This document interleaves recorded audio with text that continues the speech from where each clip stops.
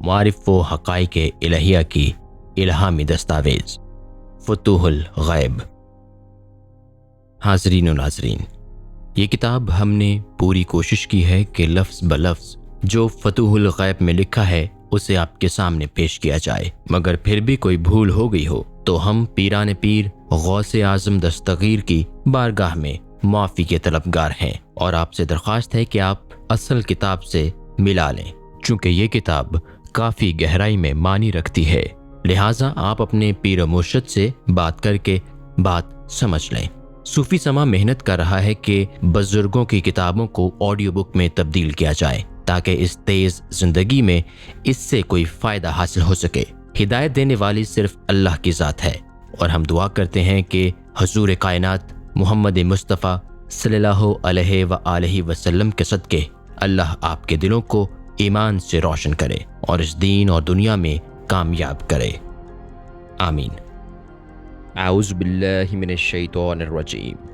بسم اللہ الرحمن الرحیم۔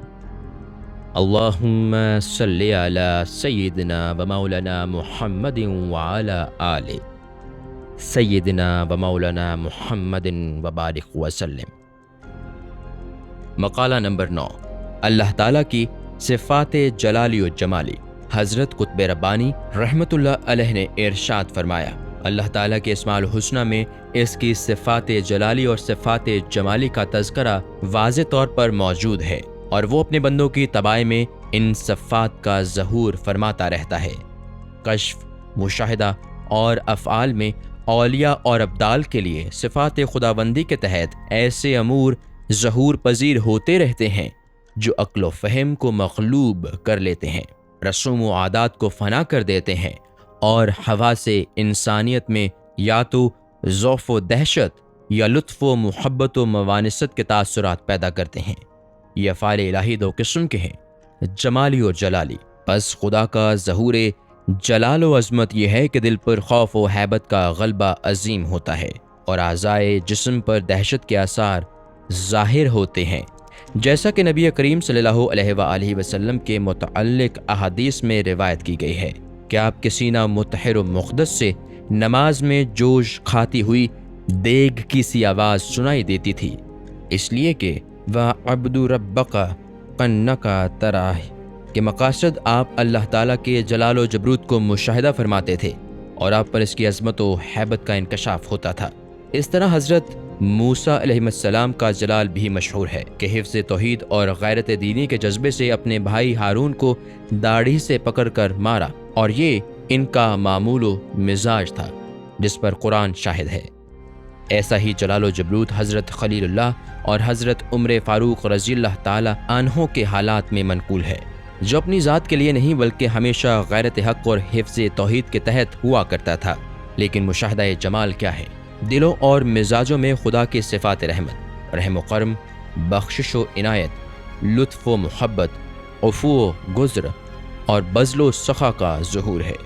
جو قرب خداوندی اور بشارتوں کے ساتھ بندہ پر تجلی پذیر ہوتا ہے۔ اللہ تعالیٰ کے صفات جمالی کا عظیم ترین مظہر حضرت صلی اللہ علیہ وآلہ وسلم کی مقدس ہستی تھی کہ ہمیشہ ہر برائی کرنے والے سے بھلائی کرتے رہے، ہر ایزد دینے والے کو راحت پہنچائی، ہر بدخواہ و بدگو سے محبت و معدت کا سلوک رکھا، اور انتہا یہ ہے کہ فتح مکہ کے وقت اپنے بدترین دشمنوں کو لَتَثْرِيَبَ عَلَيْكُمُ الْيَوْمَ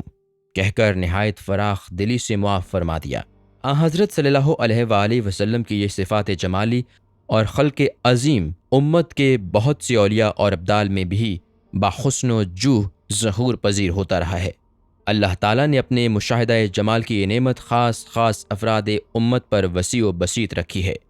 اور انہیں تمام زندگی اس سے مستفید کیا ہے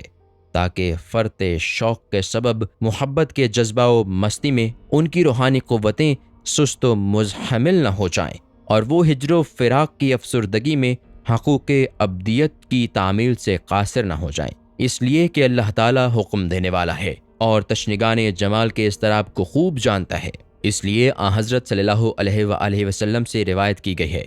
کہ آپ حضرت بلال رضی اللہ عنہ مؤذن سے فرمایا کرتے تھے، اے بلال، اذان دے تاکہ ہم ذکر و نماز سے راحت حاصل کریں۔ ان کے لیے نماز اس بنا پر راحت قلب و روح تھی کہ انہیں کامل محویت اور استغراق میں نماز کے دوران مشاہدہ جمال الہی ہوا کرتا تھا۔ اسی لیے آن حضرت صلی اللہ علیہ وآلہ وسلم نے فرمایا، میری آنکھوں کی ٹھنڈک اور میرے دل کا آرام نماز میں رکھا گیا ہے۔